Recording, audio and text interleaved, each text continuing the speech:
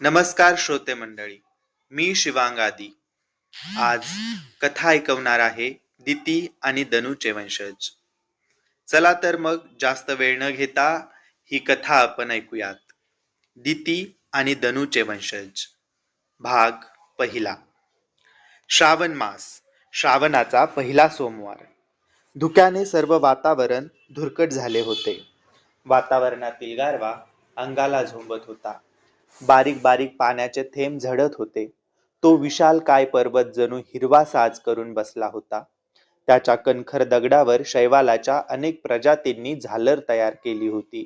त्याच्या विशाल अंगावर कित्येक झाडाझुडपांनी गर्दी केली होती. त्या पर्वताने छोट्या मोठ्या धबधब्यांना जन्म दिला होता. त्यातील एक धबधबा मस्तावलेल्या घोड्याची आयाळ जशी उधळते तसाच खळखळत प्रसन्न झालेल्या दानवाच्या हास्याप्रमाणे आवाज करत खाली कोसळत होता.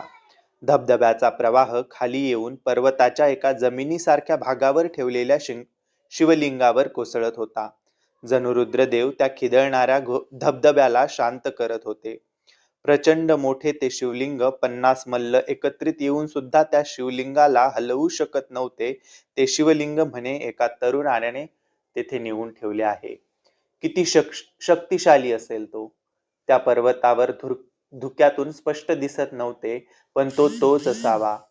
तो जवळ येत होता तसा स्पष्ट दिसू लागला. त्याची पदछाप कंप निर्माण करत होती. जणू त्याच्या येण्याने तो विशाल पर्वत थरथर कापत होता.